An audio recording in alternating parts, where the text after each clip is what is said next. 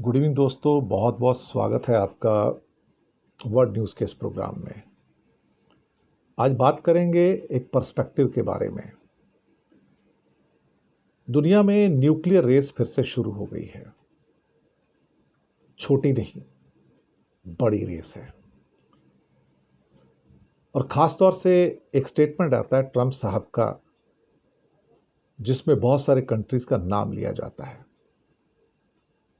इससे पहले मैं डिटेल में इस पर बात करूं, आप सबका स्वागत है। नमस्कार, गुड इवनिंग, आदाब, सत श्री अकाल। आप लोग प्रोग्राम्स देखते हैं, अच्छा लगता है, फीडबैक आती है और भी अच्छा लगता है। कभी कभी किसी किसी प्रोग्राम को बहुत ज़्यादा लाइक किया जाता है, किसी को नॉर्मल वे में लाइक किया जाता है। डिपेंड करता है कि लोगों की अपनी पसंद भी क्या है। लेकिन हमारी कोशिश रहती है कि हम कई विषयों को एक पर्सपेक्टिव के तौर पर उठाकर आपके सामने रखें, और दुनिया में हो रहे जो बहुत बड़े बदलाव हैं या कुछ ऐसी चीज़ें जो आपके सामने आ नहीं पाती हैं कभी, उसको हम आप तक पहुंचाएं, जो नॉर्मली मीडिया में या सोशल मीडिया पे नहीं आ पाती हैं। जैसे कि आज जो दूसरा पर्सपेक्टिव उन्होंने पेश किया है, वो एम्बेसीज़ की, बड़ी एम्बेसी के द्वारा जो स्पाइंग की जाती है, जो जासूसी की जाती है, उसके ऊपर वो पर्सपेक्टिव कैसे करते हैं वो मैंने बताया। तो वो आप ज़रूर देखिएगा, वो वर्ल्ड व्यू के अंदर न्यूज़ टाइम पर है। यहाँ पर जो बात करने जा रहे हैं कि दुनिया में जो न्यूक्लियर रेस है उसके बारे में बात कर रहे हैं। अब ऐसा लगता है कि हम एक बहुत खतरनाक मोड़ पर पहुंच रहे हैं। ये दुनिया खतरनाक मोड़ पे। सीबीएस को एक इंटरव्यू आता है ट्रंप साहब का, और कहते हैं कि बहुत सारे कंट्रीज इस समय न्यूक्लियर टेस्ट कर रहे हैं। तो उनसे पूछा जाता है कि कौन से देश हैं जो न्यूक्लियर टेस्ट कर रहे हैं। तो कहते हैं रशिया है, चाइना है, नॉर्थ कोरिया है। वो कहते हैं और फिर कहते हैं पाकिस्तान है। एंकर कहता है पाकिस्तान? कहता है हाँ, Pakistan, they are also doing the nuclear testing.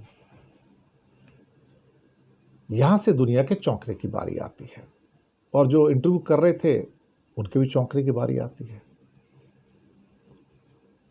तो उनका कहना था कि ट्रंप साहब जरा ये तो बताइए कि क्या ये जो टेस्टिंग किया जा रहा है रशिया, चाइना, नॉर्थ कोरिया या पाकिस्तान, क्या ये डिक्लेयर करके बताकर किया जा रहा है? कहता कौन डिक्लेयर करता है?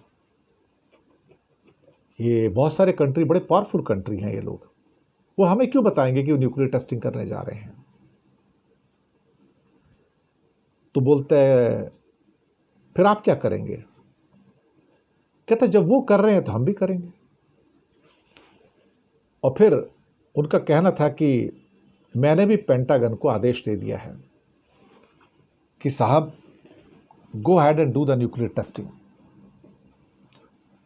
मैंने कम से कम पिछले कई दशकों के अंदर, कई डेकेड्स के अंदर, मैंने कभी किसी यूएस प्रेसिडेंट को ये शब्द बोलते नहीं सुना कि मैंने पेंटागन को ऑर्डर दिया कि go and prepare for the nuclear testing.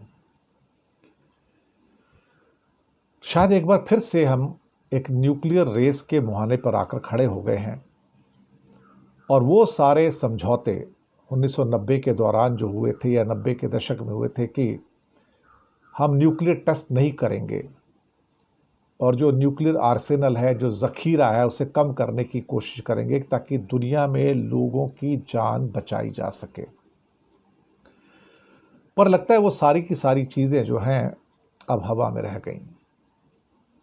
एक इशारा उनका इसकी ओर भी था कि रशिया ने अभी एक बुरावेस्तनिक जो न्यूक्लियर रिएक्टर पावर्ड मिसाइल छोड़ी है, उसका सफलतापूर्वक परीक्षण किया है।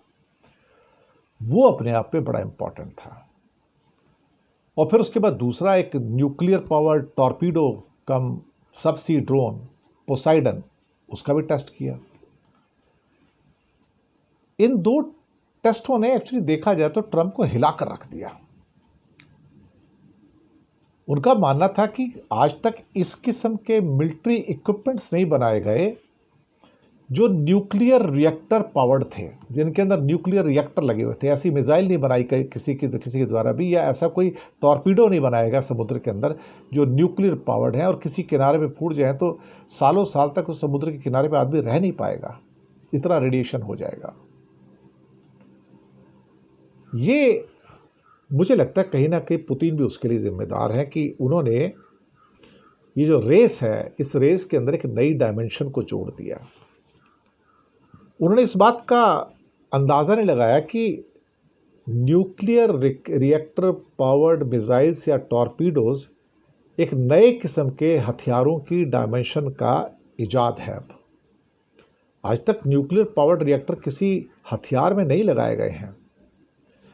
एटम बम छोड़ा गया है तो एटम बम न्यूक्लियर बॉम्ब है, लेकिन वो किसी नॉर्मल मिसाइल के ऊपर रखकर छोड़ा जाता है। लेकिन मिसाइल को चलाने के लिए ही जो फ्यूल है वो आपका न्यूक्लियर पावर्ड है, फिर तो सालों साल वो चलती रहेगी चलती रहेगी चलती रहेगी। बुरावस्तनिक भी महीनों महीनों तक चलती रहेगी हवा में, कोई इसको रोकने वाला नहीं है। इतनी पावर आ जाएगी न्यूक्लियर रिएक्टर में, वो पावर जनरेट करता ही रहेगा और मिसाइल उड़ती रहेगी। अब इसके ऊपर अगर आप एटम बम ना भी रखो, या जो टॉर्पीडो उनका है पोसाइडन जिसका नाम रखा गया, एक ग्रीक गॉड है उसके नाम पर, तो वैसे ही चलते फिरते बॉम्ब है, हो तो चलते फिरते न्यूक्लियर बॉम्ब है, हो तो एटॉमिक बॉम्ब है, हो तो एटॉमिक रिएक्टर क्या है, अल्टीमेटली बॉम्ब ही तो है और क्या है। अगर वो ब्लास्ट हो जाए, फूट जाता है, तो फिर तो उसका रेडिएशन तो एटम बम से भी ज़्यादा हो जाएगा। इसने दरअसल ये जो घटनाक्रम है ना सारे के सारे, इसने ट्रंप को चौंकाया है और उसको लगा कि भाई सभी कंट्री है जो टेस्टिंग कर रहे हैं। उसको पता है कि चाइना भी कर रहा है अपना, जो उसका डेजर्ट है, China is doing the testing. और नॉर्थ कोरिया तो खुलेआम ही बोल देता हाँ मैं टेस्ट कर रहा हूँ, तुम्हें जो करना है कर लो। और कई किस्म के भूकंप के झटके जो वहाँ पर नोट किए गए हैं, उनकी जो वेव्स को रिकॉर्ड किया गया, उससे साफ पता लगता है कि ये सारे के सारे झटके भूकंप के, अर्थक्वेक के झटके नहीं हैं, ये न्यूक्लियर टेस्टिंग के झटके हैं। लेकिन इसके अंदर फिर पाकिस्तान का नाम आना ट्रंप साहब के द्वारा CBS के इंटरव्यू में, ये चौंकाने वाला है कि पाकिस्तान भी टेस्टिंग कर रहा है। क्योंकि पाकिस्तान में भी कई किस्म के भूकंप आ रहे हैं और उसमें से अगर एक छोटा भूकंप 3, 3.5, 4 की कैपेसिटी वाला अगर एटम बम से आया तो किसी को क्या पता लगता है कि आपने कहाँ टेस्टिंग किया और क्या हो गया। लेकिन ये जो कन्फर्मेशन है ट्रंप के द्वारा कि पाकिस्तान भी इसमें इन्वॉल्व है टेस्टिंग में, इसने अब एक नया हाईवे खोल दिया है। ये हाईवे फिर से न्यूक्लियर रेस का हाईवे है। अब यहाँ पर कौन किसको मना करेगा भाई कि आपको क्या करना है और आपको क्या नहीं करना है? कौन मना करेगा यहाँ पर? क्या कोई है ऐसा व्यक्ति? कोई नहीं मना करेगा साहब, कोई भी नहीं मना करेगा। अब दिक्कत सारी यहाँ पर ये आ गई है, अगर सच कहा जाए तो, अगर अमेरिका इस समय टेस्टिंग में उतर आता है फिर तो उसके बाद किसी के ऊपर कंट्रोल ही नहीं रह जाएगा ना। फिर तो ईरान कहेगा मैं भी कर लूँगा, अभी तक तो उस पर सैंक्शंस हैं। तो फिर अमेरिका किस मुंह से कहेगा कि मैंने तो बंदिश लगाई हुई थी अपने आप और मैंने दूसरों के ऊपर बंदिश लगाई हुई है, मैं भी टेस्ट नहीं करूँगा, दूसरों को नहीं करने दूंगा। अगर अमेरिका कहेगा मैं खुद करता हूँ, तो ईरान कहेगा तू कर रहा है तो मुझे तू होता कौन है जब मैं मना करने वाला कि मैं ना करूँ। और हो सकता है उसके बाद फिर इंडिया भी कहेगा मुझे मना करने वाला कौन होता है, और फिर डिक्लेयर करके टेस्टिंग हो जाएगा। तो फिर इसका मतलब हम बर्बादी के एक नई डायमेंशन की ओर जा रहे हैं।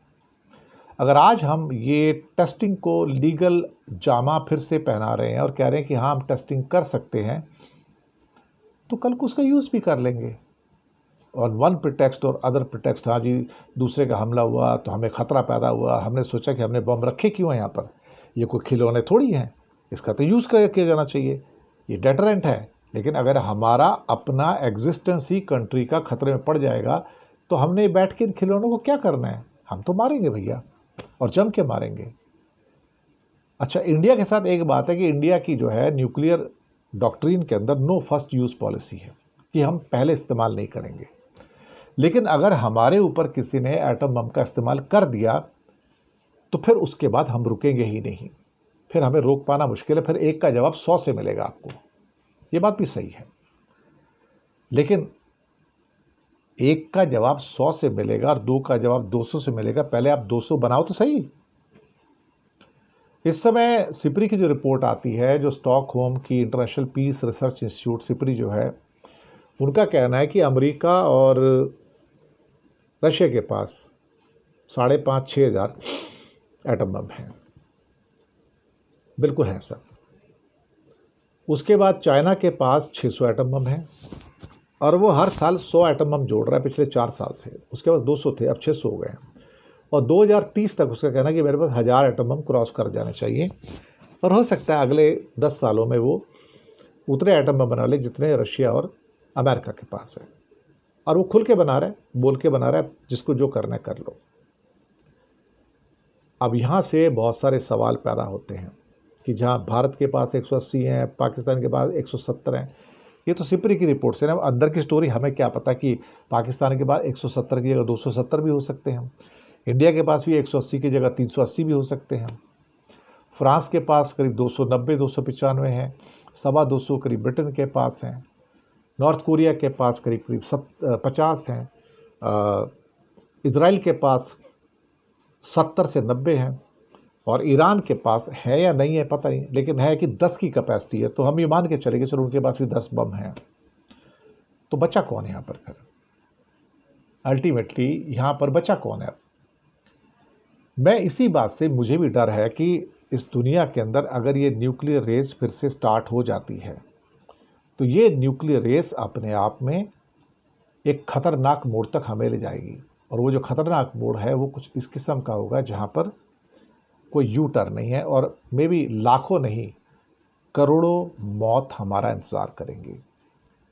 दुनिया में ये जो बदलता हुआ न्यूक्लियर डॉक्ट्रीन है, जो ये परमाणु सिद्धांत है, और उसके ऊपर किसी का कंट्रोल नहीं। अब यूनाइटेड नेशन का कंट्रोल नहीं, किसी और संस्था का कंट्रोल नहीं।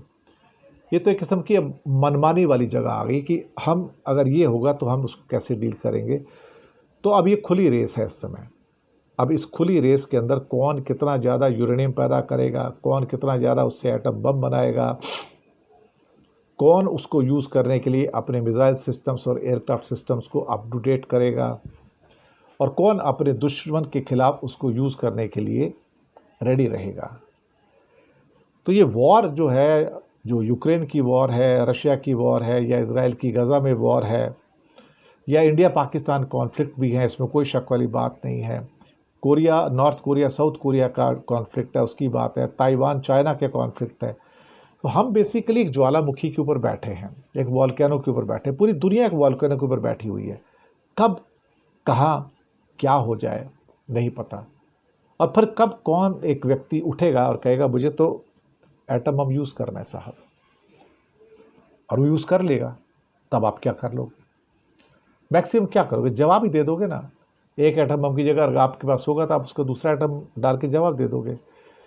लेकिन ट्रंप का ये कहना कि मैंने पेंटागन को ऑर्डर दिया कि तुम भी न्यूक्लियर टेस्टिंग करो, अब ये ओपन लाइसेंस मिल गया साहब सबको। अब यहाँ से यू टर्न आना मुश्किल है, क्योंकि रशिया ने कुछ ऐसी चीज़ें की हैं और फिर ट्रंप का एक्नॉलेजमेंट कि रशिया, चाइना, नॉर्थ कोरिया और पाकिस्तान ये टेस्टिंग कर रहे हैं ऑलरेडी। तो इसका मतलब तो बड़ा साफ हो गया ना भाई कि किसी को यहाँ किसी की परवाह नहीं है। ना किसी को अमेरिका की परवाह है, ना रशिया की परवाह है, ना फ्रांस की, ना ब्रिटेन की, ना यूरोपियन यूनियन की, ना नेटो की, ना यूनाइटेड नेशन की। यहाँ किसी को किसी की परवाह नहीं है। जब किसी को परवाह नहीं तो आप किसको रोक पाएंगे? हम लोग इस ऐसे विषयों के ऊपर, ऐसे सब्जेक्ट के ऊपर बात करने से भी कतराते हैं। हमें लगता है कि ये विषय शायद सेल नहीं करेंगे, लोग इतना देखेंगे नहीं इसको। लेकिन मीडिया में होने के नाते हमारा भी तो फ़र्ज़ बनता है कि हम उन मुद्दों को आप तक पहुंचाएं जो मुद्दे अपने आप के बेहद इम्पॉर्टेंट हैं, जो मुद्दे हमें कंसर्न करते हैं, जो मुद्दे हमारी जीवन की लाइफ और डेथ के साथ संबंधित हैं। ये इम्पोर्टेंट है, बहुत इम्पोर्टेंट है उसके लिए। तो इसी के साथ आपसे आगे लूँगा और उम्मीद है कि आपको ये पर्सपेक्टिव पसंद आया है। अपनी फीडबैक दीजिएगा, प्रोग्राम कैसे लग रहे हैं। चैनल को सब्सक्राइब जरूर कीजिएगा, हो सके तो छोटी छोटी आर्थिक मदद कर सकते हैं। नीचे डिस्क्रिप्शन के अंदर हमने आपके लिए यूपीआई नंबर और बैंक अकाउंट नंबर दोनों दिए हैं। किसी एक को चुनेंगे और छोटी सी कंट्रीब्यूशन देंगे जो कि एक अच्छी रिसर्च बेस्ड पत्रकारिता के लिए, जर्नलिज्म के लिए बहुत ज़रूरी है, तो हमें खुशी होगी। तभी तो आपके पास रिसर्च बेस्ड जो प्रोग्राम से हम पहुंचा पाएंगे। तो वर्ल्ड न्यूज़ से आज के लिए सिर्फ इतना ही। शुक्रिया आपका, हंसते रहिए, मुस्कुराते रहिए, खुश रहिएगा। Good night.